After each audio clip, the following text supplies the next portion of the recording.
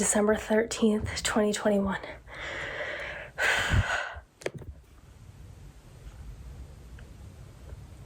Deferred. March 31st, 2022. Let's go. Gordon! Let's fucking go! Hold on. Oh, thank God. What? I got into Cornell. So you were deferred from your dream school. You gotta keep up your grades, keep doing your extracurriculars, you gotta keep applying to new schools that you don't really want to apply to just in case you get rejected everywhere or deferred everywhere else, and you are freaking out because you're like, what did I do wrong? What did the admissions committee hate about my application so much that they had to defer me? I would rather have just been rejected. At least then I have an actual answer. What the fuck is happening? I don't know what to do. Don't worry. Getting deferred absolutely sucks. But guess what? You were deferred and not rejected for a reason. So stay here, watch this video, listen to my tips. I know it is so annoying, but if you use the next few months really efficiently and effectively, you can really make sure that the admissions committee sees you as a really good applicant that they should allow into their school. Hi, I'm Molly. I'm a student here at Cornell University, and this time last year, I think it was 1 year ago today actually, December 13th when I'm filming this, I was deferred from Cornell. I applied early decision, and when I was deferred, you guys saw the college reaction video. I was just like horrified. I didn't know what to do. I kept comparing myself to other people who I saw get in. I was like, how did they get in with this SAT score? And don't compare yourself, because guess what? At the end of the day, you do not know why you were deferred, okay? There are a million reasons. And the biggest reason is that college admissions in the grand scheme of COVID and what's happening with this test optional stuff are getting so many applicants. I think Cornell last year got maybe like 75,000 applicants. And to be completely honest, the schools don't know what to do with all of these new applicants, because so many people who wouldn't have applied before because they had to submit their SAT scores are now applying because they're like, hey, cool, like I might have a shot, you know, like I got some really cool extracurriculars, I have really good grades, but yeah, you know, maybe my ACT or my SAT wasn't that great, but now I actually have a shot at this school. And so application numbers are through the roof and colleges are loving it. But they also have to really find a good balance between who they accept, who they defer, because they are getting so many applicants, so many different types of people applying, that they have to really make sure that they're making good decisions with who they accept. So, with that being said, this video is going to teach you how do you show your dream school that you deserve to be there? How do you make them go, you know, this kid, let's accept her. Let's take her off of this deferral. That's not how it works. You get taken off the wait list. But you know what I mean. So the first thing that I want to address is just, it's really important to know what the deferral means for the school that you got deferred from, because it does mean different things at different schools, unfortunately. Yay. At some schools, it means, you know, you're a really good applicant. Like, you have a real big shot of getting in. And at some schools, Georgetown, they defer everybody. Like, even if we were just going to reject you, they defer everyone. I think it's something like 89% of early action applicants get deferred from Georgetown. So in that kind of scenario, it's really hard to tell if your deferral means something, because it's like, do you actually like me? Like, could you just reject me at that point if you don't want to accept me? But with that being said, all of these things that I'll talk about in this video will also apply for those types of schools. But there are some schools like Cornell, I think Dartmouth, Brown, the Ivies basically, that if you're deferred from those schools, you are a very competitive applicant. So do not get down on yourself and be like, oh, I don't deserve to be there. Oh, they don't like me. They don't like my application. If they didn't like your application, they would have rejected you. Point blank, period. They don't have time. I don't know why Georgetown is weird. I don't know why they do that. I'll speak on Cornell specifically just because that was my personal experience, because I applied, early decision, was deferred, and then in the regular decision round, I got in, and it was So awesome. And now I'm here. Yay. But basically what I'm saying is that when you're deferred at Cornell, it means something. It means that the admissions committee saw something in you. They were like, okay, you know what? I really like this applicant, but let's wait. Let's put her in the regular decision round. Let's compare them in the regular decision round to the other applicants and see if we like anyone else more, or if we see that this person really does deserve to go to this school and we think that she'll thrive the most at this school. So basically what you have to do from now to the regular decision is prove to them that you deserve to be at the school. How do you do that? Letter of continued interest is so important, and more people are finding out about it. But the thing is that a lot of people don't write them. I was talking with my dad about the letter of continued interest. He kind of went crazy with the college admission stuff. He found out literally everything about the process, and basically he found an interview with someone who was on an admissions committee, I think of an Ivy League school. I can't remember which one for the life of me, but he basically said, we never accepted anybody who did not submit a LOCI. If you did not submit a LOCI, you were not getting in, because it basically said like, oh, I don't care. Like, I don't care this much about the school. And you'd be surprised at how many people, once they get deferred, just are like, well, I guess that's it. I guess I just kind of hope for the best. No, you have to submit a letter of continued interest. Show them that you actually care about the school and that you're really determined to get in. That's super important.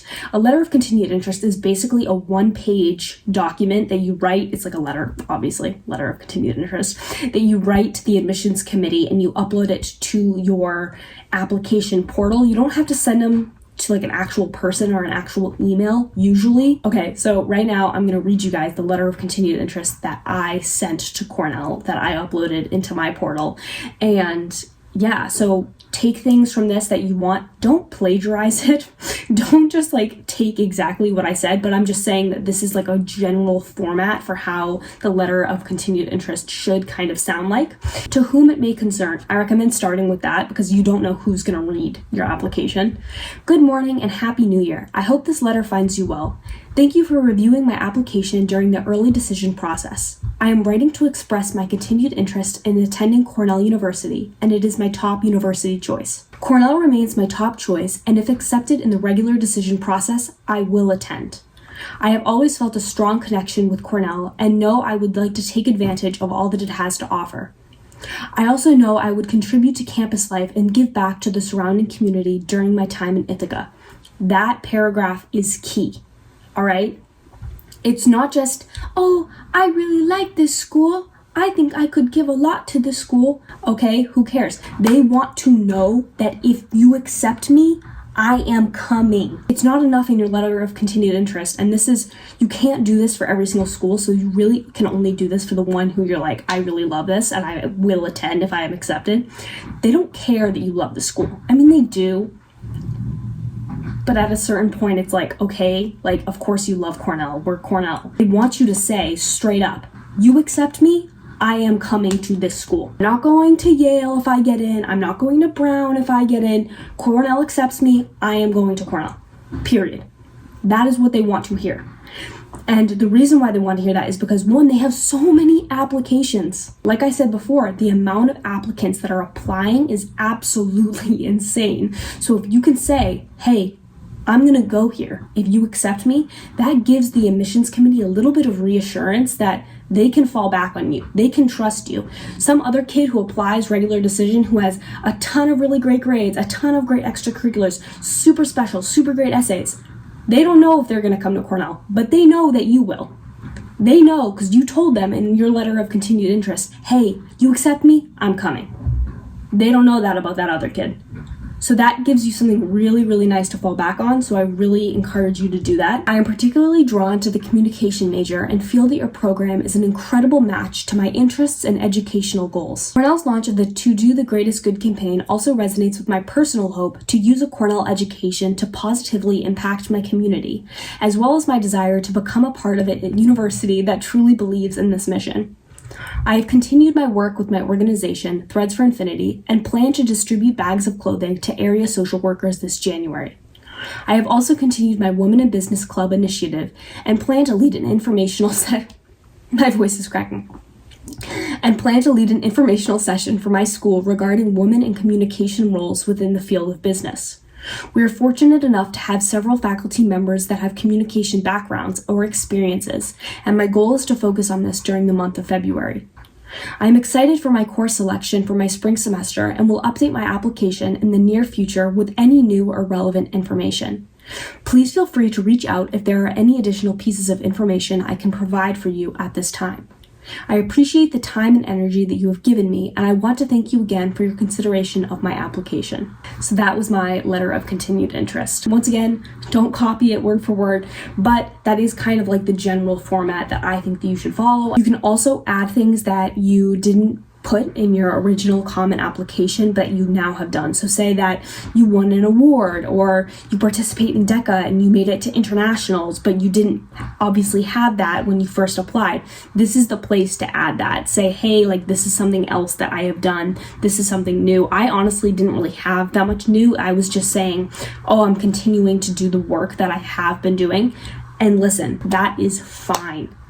If you haven't had like a big revelation or a big award or something really new, that is okay. I feel like a lot of students, when they get deferred, they freak out and they're like, I didn't do enough, and they try to throw on a bunch of extracurriculars that don't really make sense.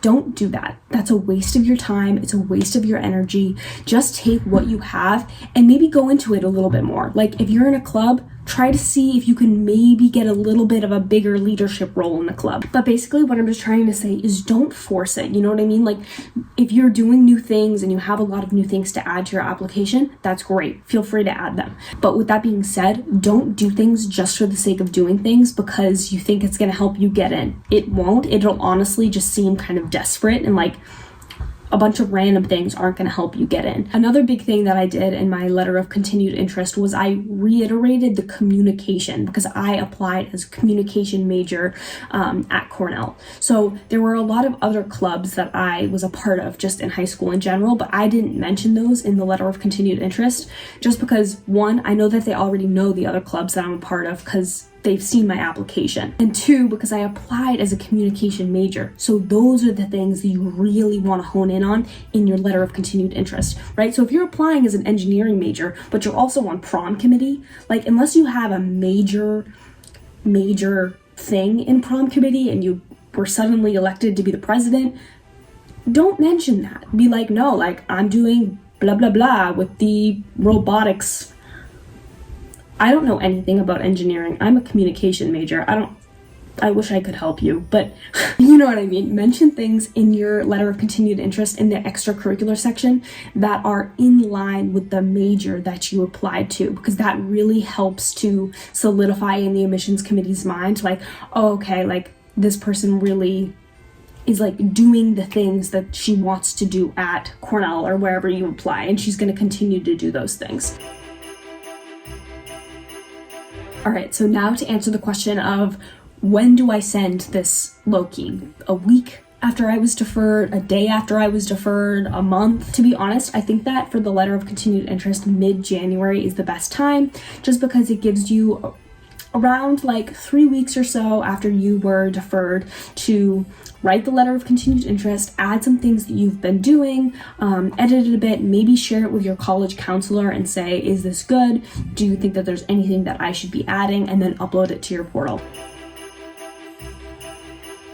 But it is really important to check what the school wants from you, okay? Because some schools will straight up say, we do not want any supplemental information. Do not send us emails. Do not send us extra transcripts. Do not send us extra things that you've been doing for your extracurriculars. We do not care. I forget what school was like that for me, but I know I had a few.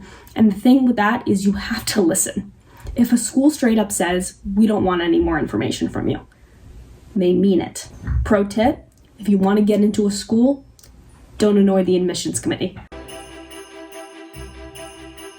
Keep an eye out for deadlines just to make sure that you're getting things in on time. Keep your eye out for just timelines for things that they want. So if they want transcripts by a certain date, get them those transcripts by that date. You know what I mean? Like, work with your college counselors, advocate for yourself. You do not want anything standing in the way between the admissions committee and your application. You don't want anything left, no stone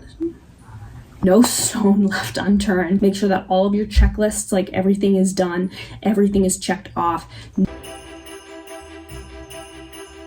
As for other things that you need to do besides the letter of continued interest to kind of increase your chances of getting admitted after you were deferred, you gotta keep your grades up. I know, it's awful. It's awful. This was the worst, truly the worst part about getting deferred. Not that I was gonna like tank and have like completely senior slide, but I just wanted the weight lifted off my shoulders of not necessarily always having to have straight A's. You know what I mean? So that would have been nice. But when it comes to being deferred and then really wanting to be admitted, you have to keep your grades up.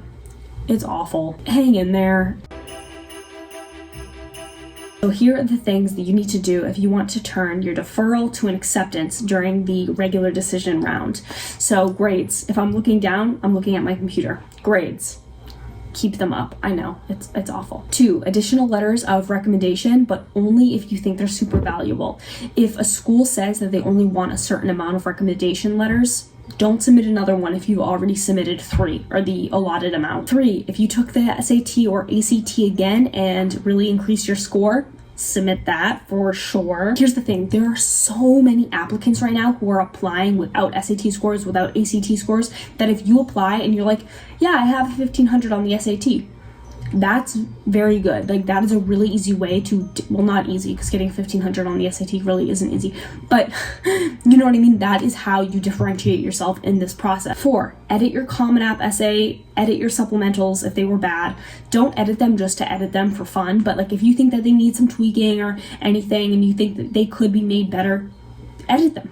If you think that's something that you've done recently for extracurriculars or the honors section is more important than what you had before, you can change the Common App. And number 5, a letter of continued interest that says that you will 100% attend the school if you are admitted. Only do that if you mean it, and addresses the things that you've been up to since the fall that weren't in your application then. So if you do all of those things that I have mentioned in this video, I know it's a lot, I know that you're tired and you just want this process to be over. I know that getting deferred is such a pain, it's so annoying, but I promise you that if you listen to what I said in this video, write a really good letter of continued interest, keep your grades up, keep doing your extracurriculars, you got this. I promise you that it will pay off. Hearts go out to you, praying for you all, you got this, and yeah, thank you so much for watching.